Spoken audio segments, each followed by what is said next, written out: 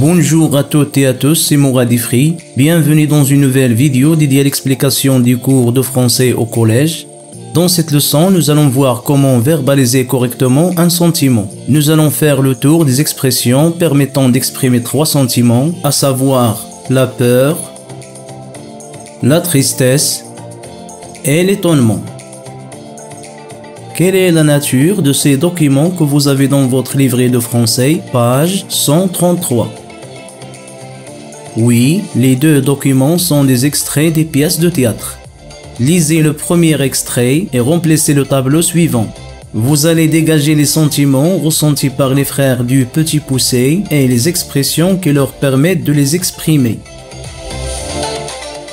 Allez-y, on corrige. Oui, on a deux sentiments, on a la surprise et la tristesse. Pour exprimer leur surprise, les frères du Petit Poucet ont dit « abandonné » et pour exprimer la tristesse, ils ont dit « quel malheur » et « pauvre de nous ». Passons au deuxième extrait. Quels sont les sentiments ressentis par les deux personnages? Oui, c'est très bien. On a la pitié, c'est-à-dire un sentiment de compassion de la part de Claude pour Maria. Elle a dit « ma pauvre Maria ». Et on a aussi un sentiment de surprise ou ce qu'on appelle l'étonnement. Maria est étonnée. Elle a dit 30%. Si vous étiez à la place des frères du Petit Poucet, abandonnés seuls dans la forêt et vous entendiez les hurlements des loups, quel sentiment auriez-vous ressentir? Je répète, si vous étiez à la place des frères du Petit Poucet, abandonnés seuls, sans parents, dans la forêt, et vous entendiez les hurlements des loups, quel sentiment auriez-vous ressentir? Oui, vous ressentiriez bien sûr un sentiment de peur. Et quelle expression pourriez-vous employer pour exprimer le sentiment de la peur? Oui, c'est très bien. On pourrait dire par exemple, nous avons les dents qui claquent, ou nous sommes angoissés, ou nous avons le sang qui se glace. Voici d'autres mots en français qui permettent d'exprimer la peur. On peut employer des adjectifs. On dit je suis craintif, ou je suis alarmé, ou je suis bouleversé. On dit aussi je suis inquiet, affolé ou déboussolé. On peut dire aussi « je suis anxieux » ou « apeuré ». Je suis angoissé ou je suis traumatisé. Je suis épouvanté, je suis terrifié. Je suis effrayé ou je suis troublé. Je suis terrorisé ou je suis paniqué. Je vous donne un exemple. J'ai vu des fantômes derrière la fenêtre. Je suis épouvanté, c'est-à-dire je suis bouleversé ou je suis affolé. Donc, vous avez le choix d'utiliser l'un de ces adjectifs que je viens de citer. Le sentiment de la peur peut également se manifester par les parties du corps. On peut dire avoir le cœur qui s'emballe. S'emballer signifie qu'il tourne trop vite.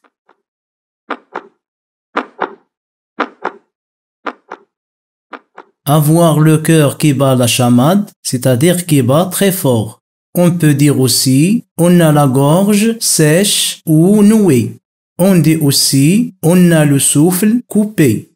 On a la chair de poule. Pour les jambes, on dit aussi prendre ses jambes à son cou, c'est-à-dire fuir à toutes jambes, ou avoir les jambes coupées, c'est-à-dire je n'ai plus de force. On dit aussi j'ai les dents qui claquent, ou on a le sang qui se glace, ou on a des sueurs froides. On dit aussi on a les cheveux qui se dressent sur la tête, ou le corps qui tremble comme une feuille, ou qui est secoué de sanglots moites. On peut dire aussi le corps est cloué sur place, ou le corps est pétrifié, c'est-à-dire il est devenu comme une pierre, ou il se sent paralysé, c'est-à-dire on ne peut pas bouger, on est devenu comme un handicapé. Je vous donne un exemple. L'apparition de cette silhouette me donne la chair de poule. On peut dire également, quand j'ai vu cette silhouette, j'ai le sang qui se glace, ou j'ai les dents qui se claquent, ou j'ai les cheveux qui se dressent sur la tête, etc.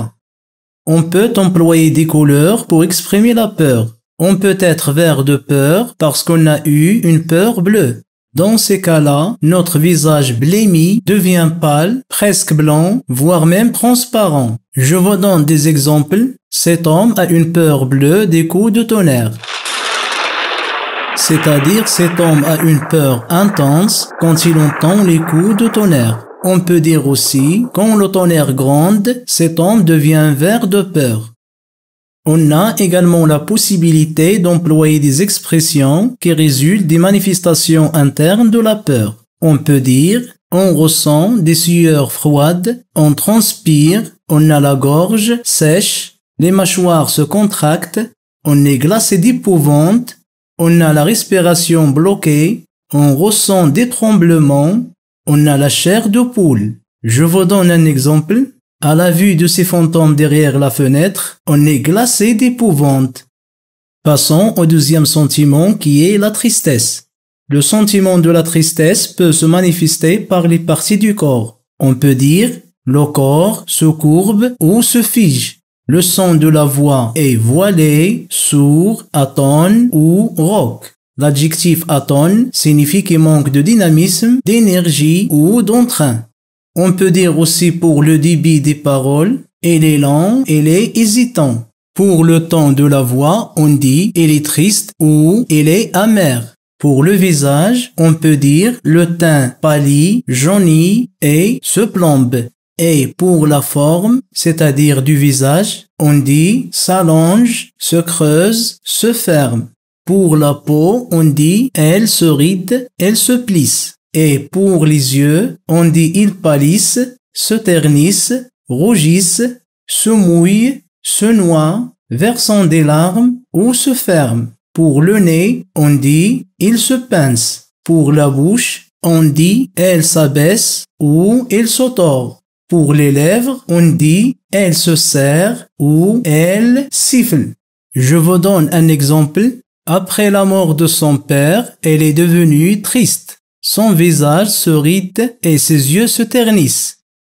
On peut employer des adjectifs pour exprimer la tristesse. On peut dire « je suis abattu » ou « accablé »,« je suis découragé » ou « triste »,« je suis affligé » ou « misérable »,« je suis chagriné » ou « affligé »,« je suis malheureux » ou « désolé »,« je suis peiné » ou « meurtri ». Je suis déçu ou attristé, je suis déprimé ou je suis nostalgique. Je vous donne un exemple. Son père est mort, elle est devenue affligée, c'est-à-dire elle est devenue malheureuse, désolée ou abattue. Donc, vous avez la possibilité d'employer l'un de ces adjectifs pour exprimer la tristesse. On a également la possibilité d'employer des expressions qui résultent des manifestations internes. On peut dire broyer du noir, avoir le cafard, avoir la mort dans l'âme, être pâle comme la mort, baigner dans la tristesse, triste comme le ciel noir, avoir une tête d'enterrement et avoir la vague à l'âme. Je vous donne un exemple. Depuis la mort de son père, elle baignait dans la tristesse. On peut remplacer cette expression par exemple, depuis la mort de son père, elle broyait du noir, ou elle avait le cafard, ou elle avait la mort dans l'âme, etc. Passons au dernier sentiment de cette leçon qui est l'étonnement. De même, le sentiment de l'étonnement peut se manifester par des parties du corps. On dit pour une personne étonnée, elle est restée bouche bée, elle est restée sans voix, ou on peut dire, si on veut décrire sa voix, il est étranglé, le ton de la voix est surpris, le débit est hésitant, le teint du visage pâlit ou blêmi, la peau se plisse, les sourcils se lèvent, les yeux s'écarquillent, se dilatent, se plissent ou clignent, la bouche s'entrouvre, les lèvres font la moue. Pour les mains, on peut dire elles s'agitent, se ferment ou s'ouvrent.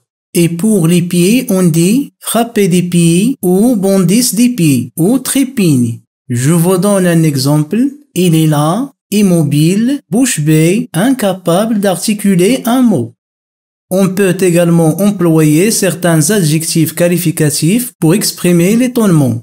On peut dire je suis surpris, je suis frappé, je suis renversé, je suis suffoqué, je suis stupéfié, je suis interloqué, je suis abasourdi, je suis épaté et je suis estomaqué.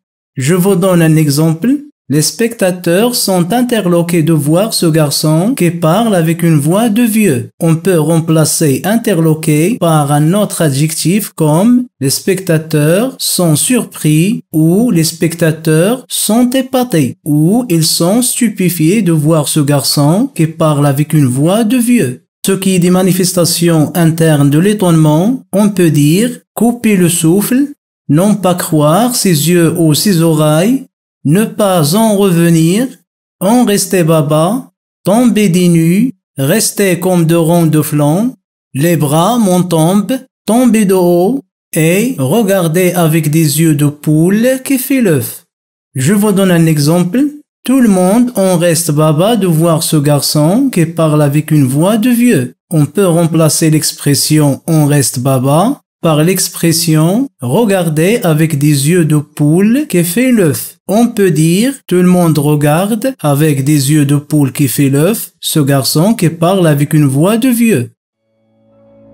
Voilà, on a fait le tour, j'espère avec vous, des expressions qui permettent d'exprimer la peur, la tristesse et l'étonnement. Je vous dis merci de votre attention et à bientôt pour d'autres vidéos avec Mourad Ifri.